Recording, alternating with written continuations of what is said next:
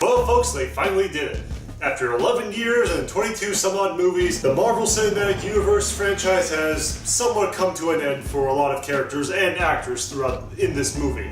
Hello everybody, welcome to another movie review vlog, and today is, of course, Avengers Endgame. Now it has taken me a while to actually get around to this movie, mostly for a few reasons, and I'll specify as to why. One of them being the fact that it's still in theaters, people are talking about it on social media, people also who haven't seen it yet don't want to get spoiled about anything, so this is what I'm going to do about this one. Since this is the finale, or the end-all be-all for the Avengers movies for quite a while. Even though they are Disney and Marvel Studios, it's still carrying on with a lot of other streaming services, from the TV shows, as well as more movies coming out in the near future. The Avengers Endgame is the finale to certain characters as well as some actors as well, which if you're not totally connected to social media that much, you probably know which actors and actresses I'm talking about. But for the time being, I'm just going to lay out the general layout of my personal review on this movie, and we'll get into spoiler territories of that. So I'll leave a timestamp right here if you want to skip ahead and check out the spoilers. Other than that, here we go. Avengers Endgame is the end-all be-all. So Thanos accomplished his mission, and half of the entire universe is pretty much decimated or pretty much gone at this point. The Avengers have a solution to how to reverse this process, but in order to do that, they have to go through a very complicated yet convoluted type of story in order to get there within the 3 hours of time that it has. And along the way, there are some obstacles and complications, mostly being people who are aware of what they're doing, as well as other people who are trying to stop them along the way. Now, I'm just going to say this right off the bat that I enjoyed a lot of things from beginning to end. The cinematography, the music, the actors, the characters that actually brought a lot of great concepts, as well as a lot more personal development, because it felt like the first 2 hours of the movie had a little bit less action and a lot of character development, especially with the original Avengers from the very first movie. A lot of their limits were pushed, some were tested, others were either killed off or just simply retired, while a couple of others want to continue the journey to reignite the team. And I have to say that it was actually quite touching, actually, for a lot of these characters to be either reunited with their lost loved ones or losing those loved ones in general. And I will admit that I did choke up a few times, mostly because I've been watching these movies along with every other comic book fan since the very beginning in 2008, and it was quite the emotional journey. I never thought in a very long time, well, not since Toy Story 3 at least, that I would choke up and tear over fictional characters, but eventually I did. Yes, that's right. I cried over fictional characters. But nevertheless, I still enjoyed every little bit of it. There was a lot of stuff that was a little perplexing, and some stuff that didn't make sense, along with a few plot holes that should have been cleared up, but with a few of these characters, but I was just like, are you kidding me about this?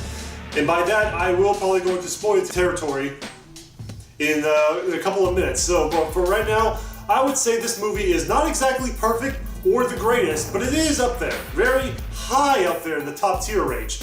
And I would have to give this movie a solid 4 out of 5 stars. Alright, so with that out of the way, I'm going to go into spoiler territory.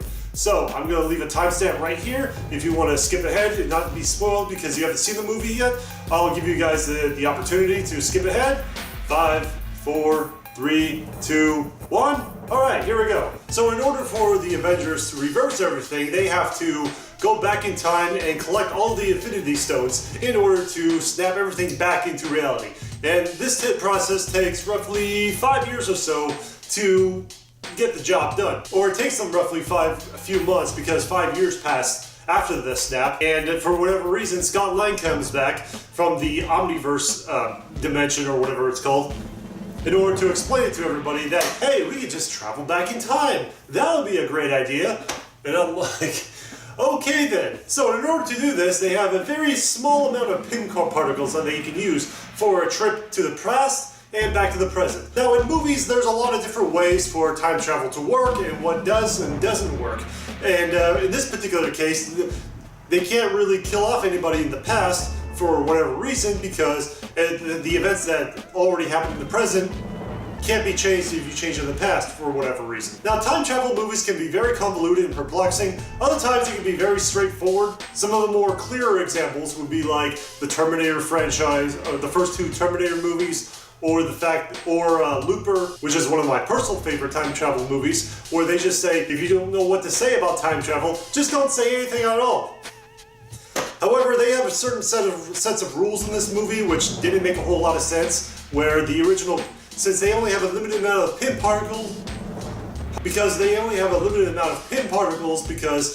the original creator, Hank Pym, died during the snap. However, it doesn't make much sense, which they can just travel back in time, get the creator, and bring him back to the present to make more of this stuff. I mean, that would have been a clear example right there. Or the fact that they have Nebula on their team, who survived the snap, but at the same time, when she went back into the past with the team, she now tells them that there may be some complications in the past where her past self may overhear some stuff, which you'd think that could have been vital if she told them in the present so she could actually stay behind. And at the beginning of the third act of the movie, there's a scene where past Gamora abducts present Gamora, so past Gamora goes back into the present, and for whatever reason uses her arm to hack the time travel machine to open up the wormhole for Thanos to pop up and blast the Avengers tower, or mansion, or whatever it is. Which I'm thinking to myself, if past Nebula is able to do this, then why didn't present Nebula just stay behind and just use her arm hacking device to actually open up the teleporters to where to go into the past, instead of just using the limited amount of Pym particles that they have. And of course, there's a scene in the movie where Thanos' ship goes past Thanos and his ship of army dudes goes into the present, bombs the Avengers tower, and yet everybody inside the tower survives. Which I know some of them do have superpowers to possibly survive explosions and falling debris, but there were some of them that were actually quite human. Scott Lang himself was in the right near the epicenter of the blast, and he got shot back, which you would have thought he would have obviously killed him. And then, of course, there's Brie Larson's character as Captain Marvel again.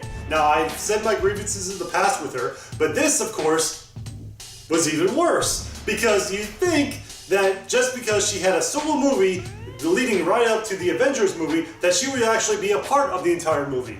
But that's not the case. She was only in it for the first 10 or 15 minutes of the act, fighting off a crippled Thanos, and just saying throughout the entire good chunk of the movie, alright, I gotta travel across the space because I found other planets that have the same problem as Earth as well, so bye.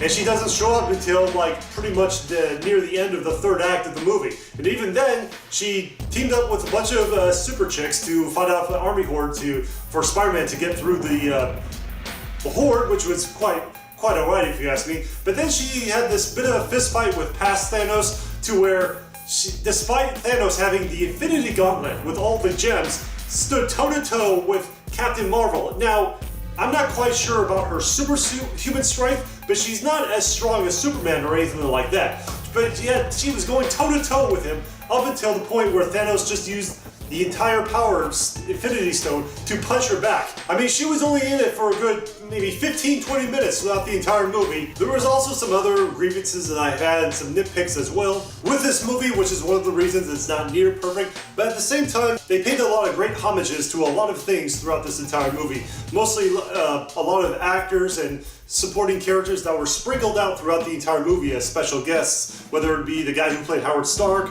the former agents of Hydra who were infiltrating as S.H.I.E.L.D. agents. Tom Hiddleston's character as Loki popping up here and there, and also recreating the aftermath of the first Avengers movie battle scene, which I thought was quite fine and dandy. But also the main problem I had with this movie was that they traveled back into the past to collect these stones, and when they did collect these stones, they said that they would set off the balance to things that would lead to catastrophic disasters. But in a way, it wasn't much of a time travel movie, but it was more like setting up alternate realities to different things that would converge. They took the stones, but also other events that was happening along the way, created these slight little events. Despite bringing back Thor's hammer and all the Infinity Stones, there were a lot of problems that just made it even more perplexing, if you ask me. But then again, that's time travel for you, so, you know, that's what it is. But it doesn't really matter anyways, because to be honest with you, I still enjoyed it. I was still gripping at the edge of my seat, and as I said before, some characters who actually did die, like Iron Man, for example,